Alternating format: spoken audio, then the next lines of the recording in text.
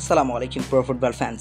দর্শক, আপনি কি জানেন 2022 সালের কাতার বিশ্বকাপে কোয়ার্টার ফাইনালে ক্রোয়েশিয়ার কাছে ব্রাজিল টাইফিকারে হারার পর ব্রাজিলিয়ান নাম্বার 9 ফুটবলার রিচার্লিসন তিনি কিন্তু সুসাইড পর্যন্ত করতে গিয়েছিলেন। কেন জানেন তিনি করতে গিয়েছিলেন? কেননা তিনি এই হলুদ জার্সিটাকে কিন্তু খুব বেশি ভালোবাসেন। আর রিচার্লিসনের বারবার এরকম কথা কিন্তু গণমাধ্যমে উঠে এসেছিল, অনেক কয়েকবার রিচার্লিসনকে নিয়ে আলোচনা সমালোচনা হয়েছিল। তবে এই রিচার্লিসনই কিন্তু বর্তমান ভিনি, রদ্রিগো, রাফিনা যারা আছে তাদের সবার থেকে কিন্তু বেশি গোল করেছে ব্রাজিলের এই হলুদ জার্সিতে লাস্ট 5-6টা বছরে।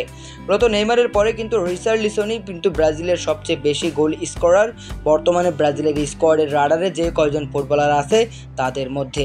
অথচ এই রিচার্লিসনকে কিন্তু কোনো রকম কল আপ করলো না ডরিভাল জুনিয়র, এই দুটো ম্যাচও ডাকে নাই। কোপা আমেরিকার মতো একটা মেজর টুর্নামেন্ট গেছে, তবেও রিচার্লিসনকে কিন্তু কল আপ করেনি ডরিভাল জুনিয়র। আসলে ডরিভাল জুনিয়র চাচ্ছেটা কি? ব্রাজিলিয়ান যারা ভালো ফুটবলার তাদেরকে এইভাবে কি নষ্ট করে দেবে? তাদের কেরিয়ারটাকেই শেষ করে দেবে? কার্লোস কাসেমিরোর কথা বলতে গেলেও ওই একই কথা চলে আসে, থিয়াগো সিলভার কথা বলতে গেলেও ওই একই কথা চলে আসে।